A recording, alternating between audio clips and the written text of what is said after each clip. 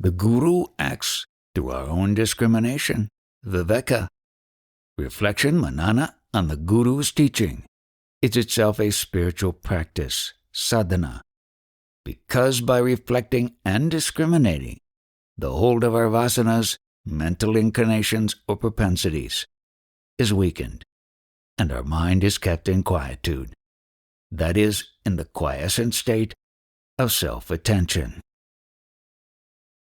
The various theories taught by Bhagavan regarding karma, prarabdha, surrender, God, Guru, and so on, will often contradict each other, but will never contradict the need for self-attention. All such theories are merely clues or aids that help us cling to self-attention. They are each suited to different moods of the mind. Self-attention is the only watertight theory. All other theories are riddled with loopholes and contradictions. Therefore, if instead of quieting the mind, they give rise to doubts, set them aside by investigating who thinks about them. Self-attention is the sole aim of all Bhagavan's teachings. He has taught us that self alone exists and is real, and that all else is a dream, a figment of our imagination. He said, "Attend to that for which you came." We came for knowing self, and not for learning many theories. However, a thorough understanding of his teachings and the theories he proposed will enable us to quiet our mind in any situation.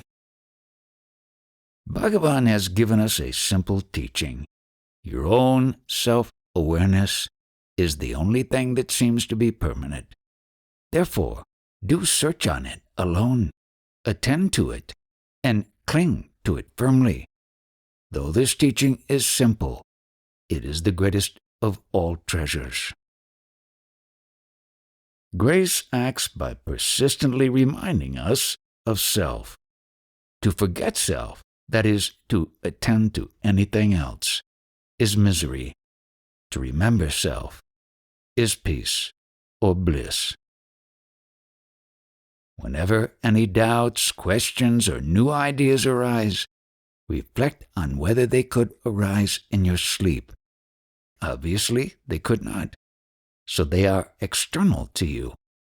Therefore, forget them and remain as you were in sleep. The mind is controlled effectively by knowledge alone. Root out all disturbances by keen and sharp discrimination.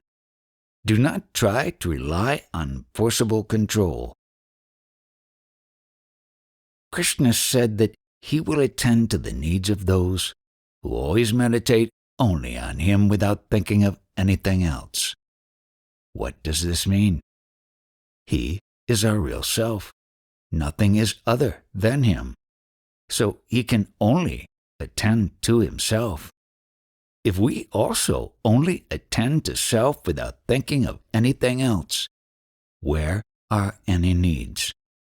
Other than ourself, nothing is real. So we should attend only to self. When Ramasamy Pillai asked Bhagavan which thoughts should be rejected as bad and which should be accepted as good, he replied, "Reject all thoughts, even the thought of Bhagavan." Never think you are a beginner in the early stages of sadhana. Always act as if the dawn of self-knowledge might come any moment. We will be standing on our own feet only when we are able to reject all disturbances, come what may, by keen discrimination.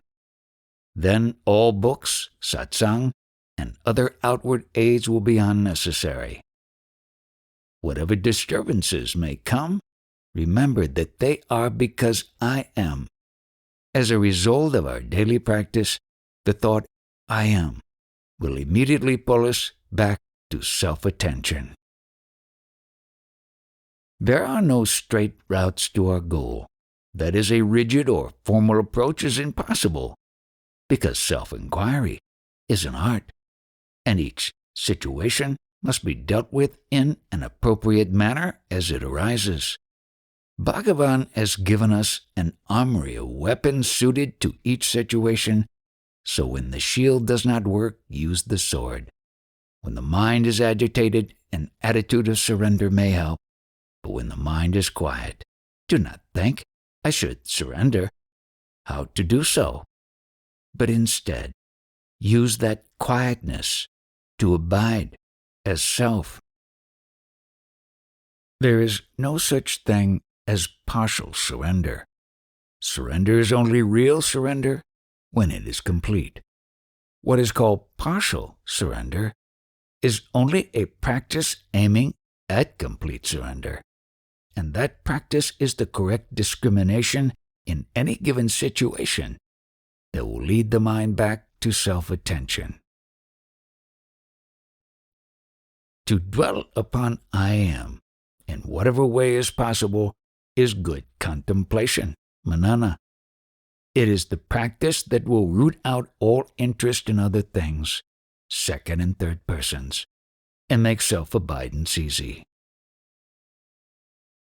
Good and bad are based on the limiting concept, I am the body. The experience of the jnani is simply I am. Though it may seem that the jnani sees differences, he never actually experiences any distinctions such as good or bad. He is ever contented with the knowledge, I am. I am is both the way and the goal. As Bhagavan teaches us, Bhagavan is the greatest siddha. He knows well what work need be done on us and how to do it. Though we do not know it, he is doing his work all the time. Erratic behavior only occurs if a disciple has a profound change of outlook while still retaining some individuality. Bhagavan will always bring about the required change of outlook, the experience of true self-knowledge, together with the loss of individuality, so no outward changes will be seen in those whom he liberates, and no I will rise in them to say, I have had this change of outlook. Nor will he say anything, that is, he will not say that they have been liberated. He used to give the example of a hard-shelled fruit which an elephant swallows whole and excretes unbroken. But when the shell is broken open, the contents are found to have been digested. Likewise, when Bhagavan consumes anyone's ego, they will outwardly appear unchanged. No one can say how many egos Bhagavan has thus consumed. Arunachala, who, unknown to anyone, enchanted and stole my mind. In one of his verses, Muruganar is saying to Bhagavan, You have given me sahaja, my natural state, without letting me experience nirvikalpa samadhi. Close my eyes or do any sadhana. Such is Bhagavan's guruship. But if he were asked how he does it, he would say, I don't know, I just know that I am. There is only a thin line between jnana and ajnana. At the right time, a shock may enable one to cross the line and have that small change of outlook. I am is neither inside nor outside. Dwell on the fact that I am is devoid of limitations. Dwell on the feeling of being. That is self, and it alone exists. The karma theory is riddled with loopholes, ambiguities, and dubious assumptions. Firstly, it presupposes that every non-existent ego exists as a doer, and on top of this false assumption, it piles up one false assumption over another. The existence of God, agamya, sanchita, prarabdha, their functions, and so on. Do not merely doubt the theory. Doubt whether you exist as a doer. Initiation is only necessary for students in the first or second standard, in the school of bhakti described in the path of Sri Ramana. because they need to be taught rituals or mantras before they can start such practices. For students in the 4th standard, no initiation is necessary, because the fact that they have been drawn to their Sadguru indicates that they have already passed beyond such preliminary practices. The Guru works directly through the matured mind of an aspirant, using the aspirant's own discrimination to turn his attention towards self. If an aspirant does proper study, shravana, and reflection, manana, on the Guru's words, he will clearly understand that self-attention is the only practice that is necessary, and that all other practices are superfluous. A true aspirant will understand that I am is the Guru. If the Guru were merely a body, he would disappear as he appeared, and would therefore be useless. To search for a living Guru is absurd, because the living Guru will sooner or later become a dead Guru. If an aspirant has understood the teachings of the Guru correctly, he will no longer look for the Guru outside, because he will have faith that the Guru is ever present within himself as I am. Bhagavan used to say that the body of the Guru is a veil covering him in the view of his devotees, because it conceals from them his true form as self. What advantage do devotees who are blessed to be in his physical presence have now? All they now have is a memory, which is no better than a dream.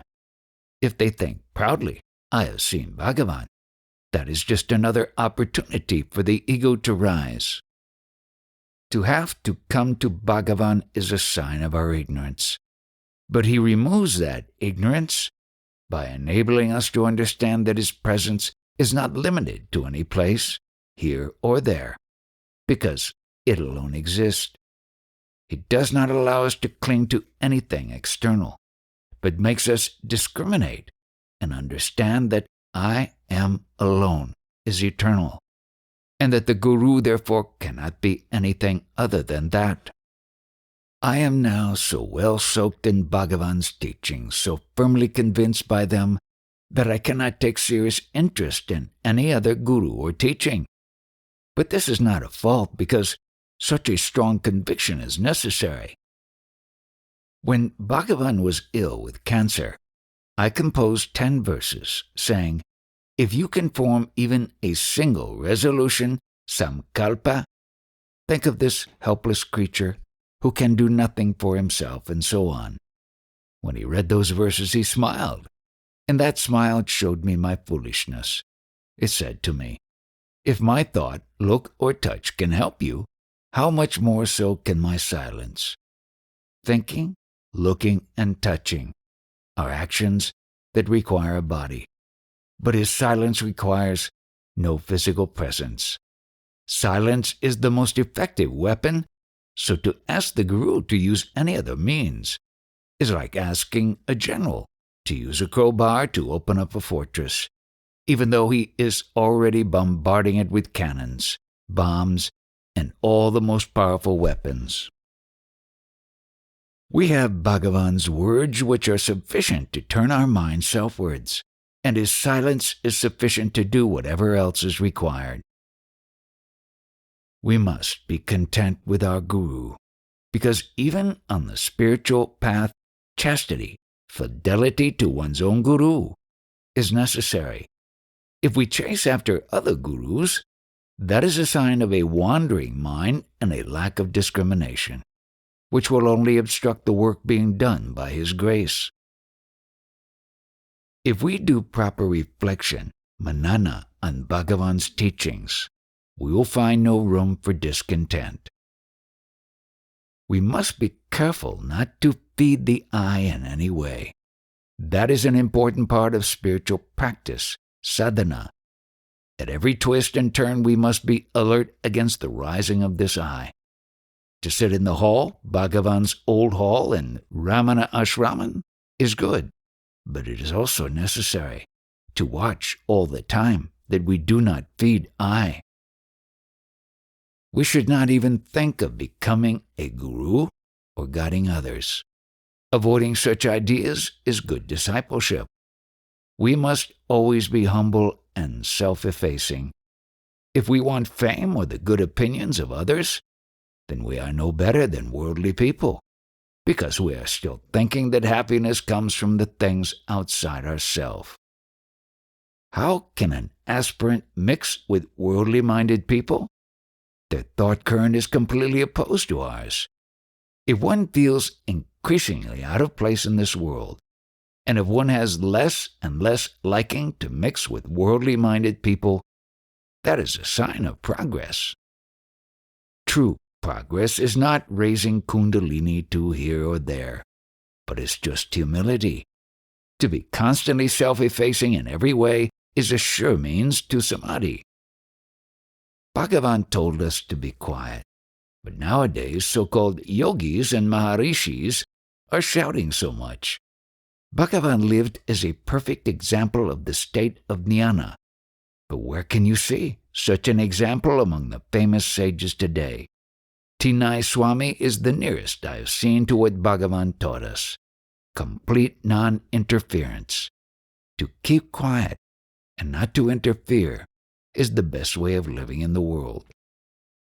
Tinai Swami was a devotee of Bhagavan, and an article that I wrote about him was published in The Mountain Path.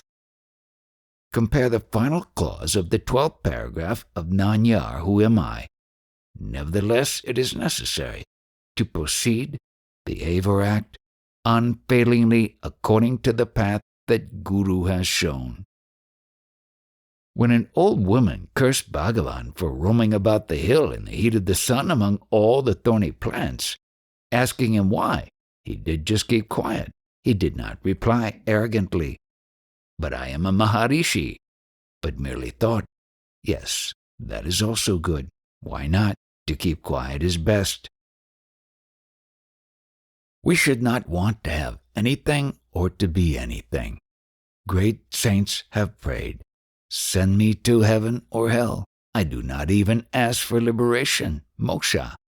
Only let me always cling to you alone." What use is the good opinion of others? At most it will last only for the lifetime of this body. In verse 273 of Guru Vachaka Kovai, Bhagavan says that the self-awareness, satbodha, or being consciousness, that exists and shines in all as all, is the Guru. To be qualified for the fourth standard in the school of bhakti, one must have wholehearted love for Guru, and one must try to put his teachings into practice, at least insofar as one understands them. Unless one sincerely wants and tries to follow the Guru's teachings, one does not have the true Guru Bhakti required to be in the fourth standard. For example, although Devaraja Mudaliar said he had no brain for self-inquiry, Bhagavan was everything to him, so he followed the path of self-surrender as he understood it. One may be bottom of the class, but unquestioning faith in the Guru can overcome all obstacles in a moment. Even if we do not succeed now in our attempts to abide as self, we should at least sincerely want and try to abide thus. Progress can never be judged. Bhagavan knows exactly the right medicine required to mature each one of us, so he knows which vasana, propensity, to release at each moment. Someone who is getting 5% today may get 100% tomorrow, whereas someone else who is getting 90% today may not seem to improve for years. A person may be always caught up in worldly affairs, but if he is always feeling, "This is all useless nonsense, where can I be quiet?" he may be doing better than someone who is always sitting in meditation. A lady devotee who lived nearby complained to Bhagavan that she had not been able to come to his hall for 15 days because she had to attend to relatives who had come to stay. He replied, "That is good. It is better that you were at home with your relatives and that your mind was here, than if you had been here and your mind had been thinking of them." Ramakrishna told the following story. A sadhu led a pure life and wanted to help a pious prostitute. So he counted the number of people who visited her house by placing stones in a pile. And after many years, he told her that the pile of stones represented her sins. So in repentance, she locked her door and starved to death. He also passed away, but she was taken to heaven because she was repentant, whereas he was taken to hell because his mind was always dwelling on her sins. He also told a similar story of two friends, one of whom listened to the Bhagavatam while the other went to a brothel. The first regretted his decision and envied his friend, who he thought was enjoying himself in the brothel, while the second felt disgusted with himself and would have preferred to be listening to the holy book. The first went to hell, and the second went to heaven. The moral of these stories is that our outward actions are not as important as our inner thoughts and attitude. Likewise, intense longing for self-abidance is essential, even if we fail in our efforts to abide as self. In order to be free, we only need to experience our being as it really is for just one moment. When an aspirant is sufficiently matured through the school of bhakti, the guru will give the final tap, and thus he will be promoted to the fifth standard, which is liberation, moksha. That may happen at any moment. The love to abide as self is the real sign of guru bhakti. People want to leave something for the world when they die, but when the body dies, this world, which is our projection, ceases to exist. If we care about the world, we haven't understood Bhagavan properly. In the English translation of Who Am I, in words of grace, the world is said to appear or to be perceived as an apparent objective reality, which is a term that Bhagavan did not use in the Tamil original.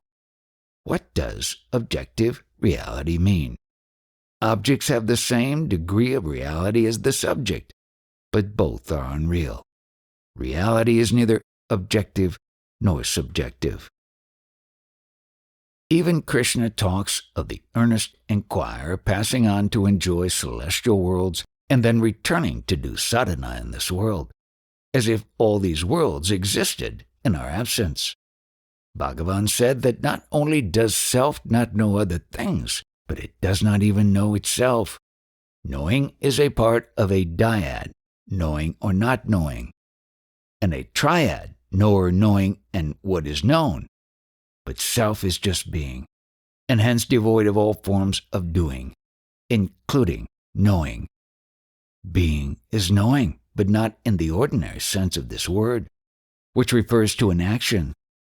Therefore, when Bhagavan said that self does not even know itself, he meant that its self-awareness is not an action, but its natural state of just being. He did not mean that it does not know I am, but that it is devoid of knowing as we commonly conceive it. This world is nothing but a projection of our own vasanas, dispositions. So anyone who reacts to it with feelings such as curiosity, desire, anger, fear, or hatred is like a small child or monkey when it first confronts its own reflection in a mirror. At first it is curious, then it becomes angry, then it gives a blow, and finally it runs back to its mother in fear. If we desire anything from God or Guru, we do not have Deva Bhakti or Guru Bhakti, true love for God or Guru, but only Visaya Bhakti, love for objects or objective experiences. Only when we desire nothing are we qualified for the third or fourth standards in the school of bhakti described in the path of Sri Ramana.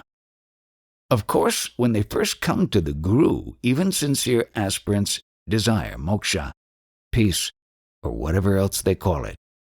Mumukshutva is necessary for the fourth standard, Guru Bhakti.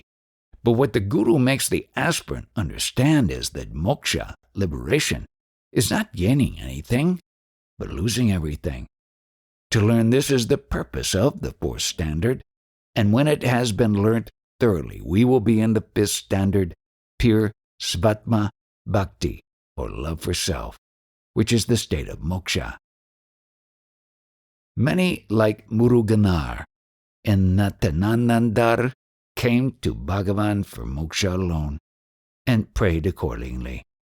Their prayers purified their minds and gave them the discrimination to understand the complete loss of individuality is the only true moksha. Bhagavan has taught us how to pray in verse 30 of RAMANA Mahārshi, destroying my worldly greatness and making me naked in the state of nirvana. Give me the greatness of your grace. He said that even surrender, as it is usually understood, is not true Deva Bhakti, because everything is already God's, so we can only return what was never ours, as he taught us in verse 486 of Guru Vachaka Kovai.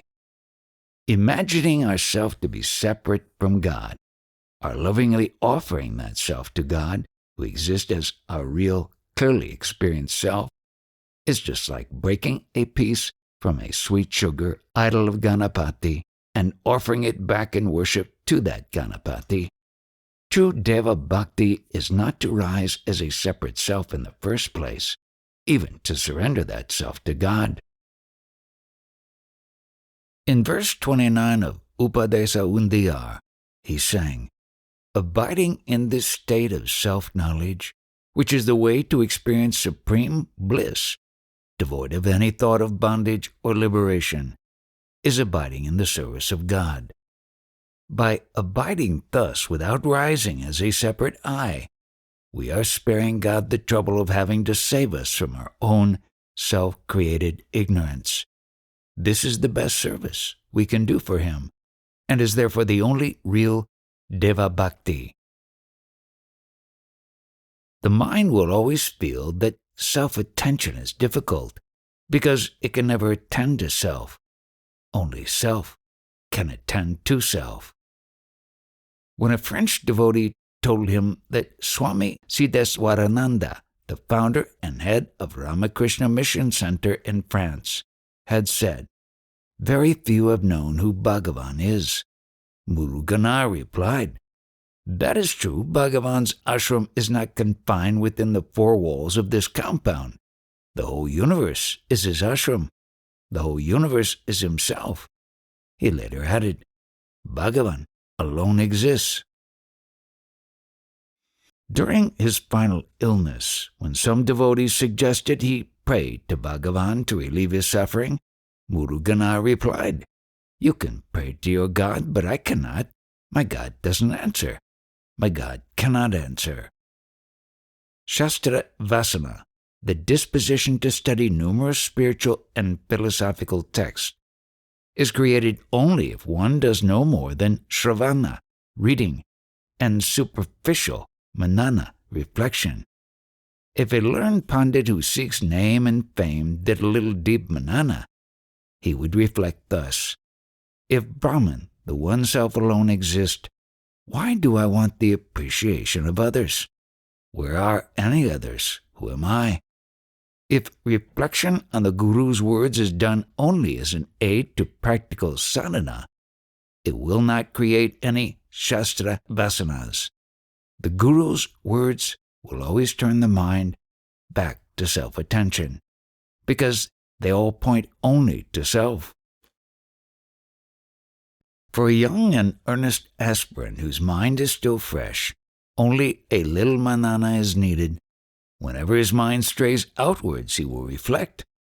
All that is perceived through the five senses is known by me, so knowledge of anything only indicates I am, and thus he will easily restore his self-attention.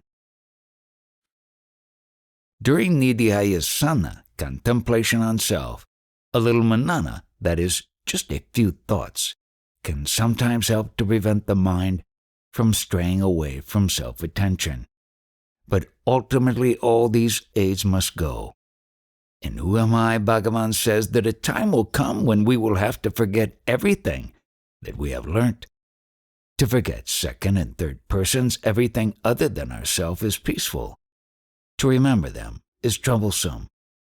When he was young, Natanara Narandar once said to an older devotee who was asking Bhagavan many questions about how to practice Atma Vichara, when the infinite self-shining eye is standing inside you like a rock, why do you have so many doubts? Dispassion, vairagya, comes only through knowledge. It is cultivated by reflection, manana, and discrimination, viveka, and sustained by the clear conviction that everything is I, that nothing is independent of our own self-awareness, and that self alone exists. Why to say that a mind or ego exists in sleep in order to know nothingness? Why not understand instead that it is self that knows that nothingness, and that nothingness itself is nothing other than self? If you can understand that, then you can understand that self also knows this everythingness, and that everythingness is also nothing other than self. In fact, no ego or mind exists even now, so why to say it exists in sleep? There is only one I, so the I that knows all this is only self. Why to admit the existence of an ego? In Bhagavan's path, we cannot admit the existence of any state of void or nothingness, because in order to experience such a state, we would have to exist in it, and hence it would not be devoid of ourself, but only of other things. Since nothing else exists in it, it would be full of ourself, and hence purna, not sunya. To anyone who imagined they had reached a void, Bhagavan would say, investigate who experiences it. However, even that would not be necessary if we firmly cling to self-attention. In the Mangalam verse of Uladu Narpadu, Anubandham, Bhagavan says that everything is self.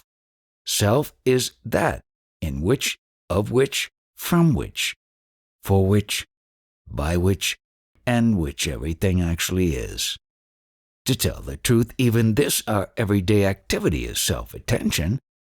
Why then are Bhagavan's clues necessary? Only because we now mistake our natural state of self-awareness to be a state of awareness of many things other than ourself. It is only as a means to remove this mistaken experience of otherness and manyness that Bhagavan asks us to attend only to self. An elderly devotee did not visit Bhagavan for a while because he thought he could become like Bhagavan on his own. After a long time he returned, just as Bhagavan was stitching some leaf plates, and Bhagavan said to him, "See, we take so much care to stitch these plates, but after eating from them we throw them away. Bhagavan is like a leaf plate. Only when he has served his purpose should you throw him away. Therefore Bhagavan and the clues he has given us are necessary until we experience the dawn of self-knowledge, and after that we will see that we, the one self, alone exist, and that Bhagavan and his clues are also only ourself." Our mind experiencing objects is like sunlight falling on a mirror and being reflected on a wall. The reflection, which is like the objects we experience, is light. The reflecting mirror, which is like our experiencing mind, is light. And when looked at directly, it seems to be another sun. And the sun, which is like self, the source of our mind's light of consciousness, is light. Everything is light, and the light is one. Likewise, we and all that we experience are only the one light of consciousness, which is self. Can the mind rise without the support of self? Can it exist without self-awareness? It is also simple, but immature minds think then self-knowledge is only like the nothingness of sleep. It doesn't look very tasty in comparison with all the interesting things outside in the world. What can we say to them? We cannot change them, so we just have to let them suffer a bit more until they understand that oneness is peace and manyness is pain. In the shade it is pleasant, in the sun it is scorching. We always have the freedom to turn within to see the light and thus enjoy the shade. When by force of old habit we wander out again, we say to Bhagavan, "That was only Laya. I want Nasa."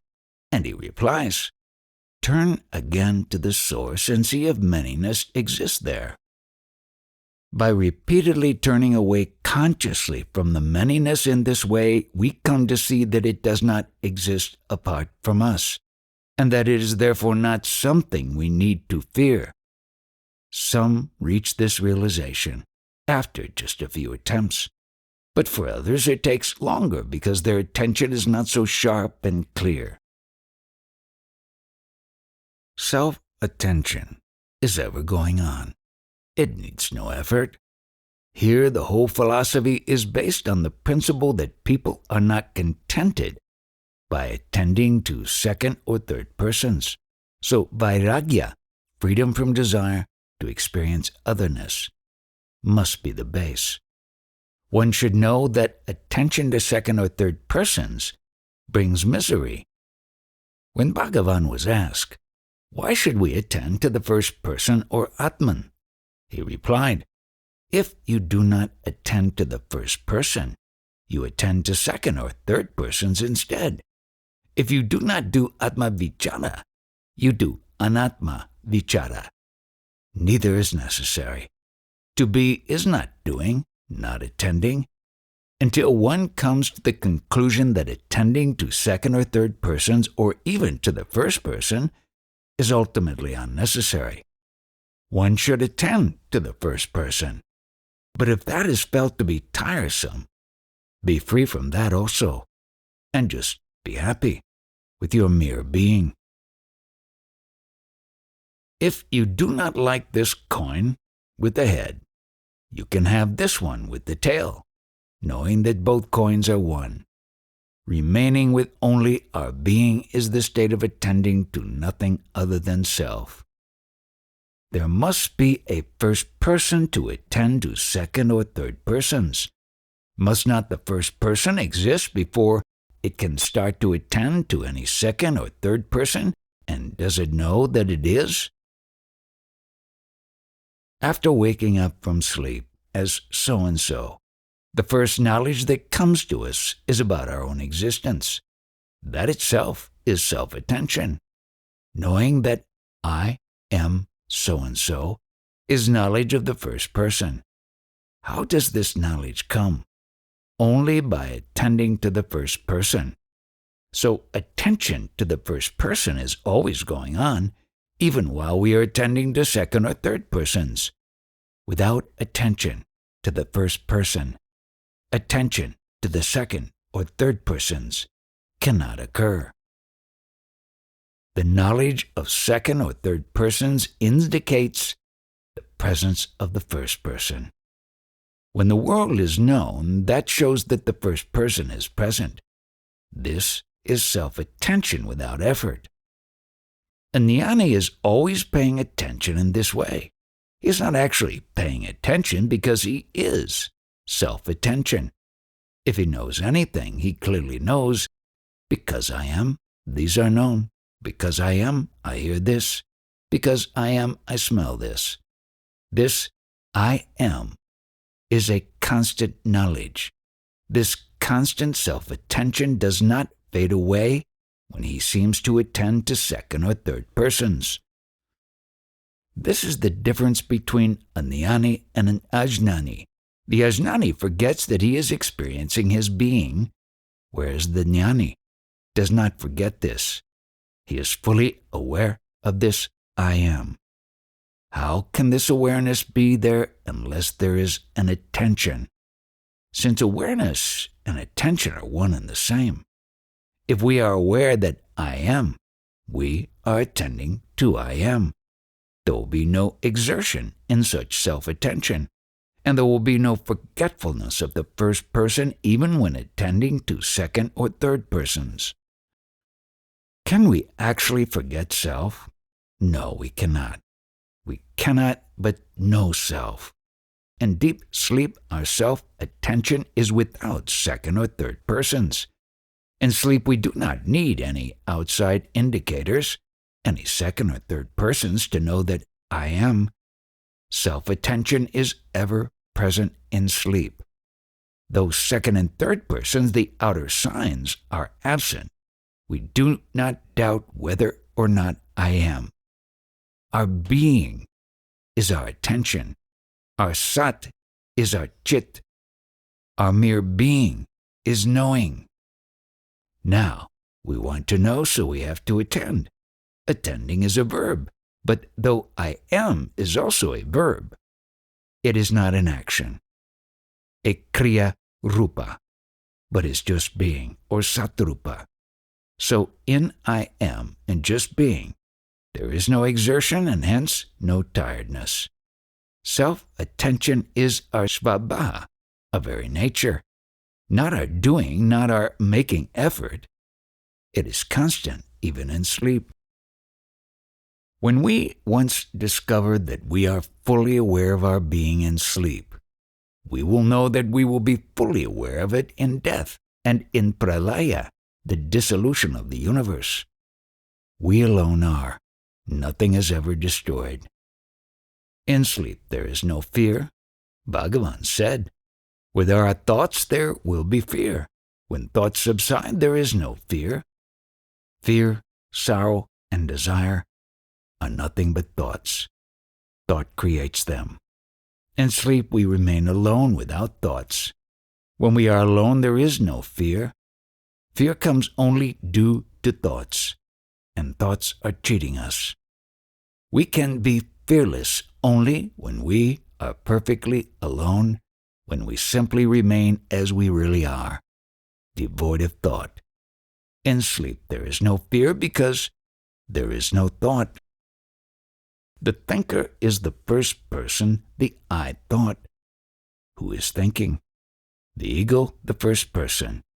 This first person, the first thought, rises on waking from sleep.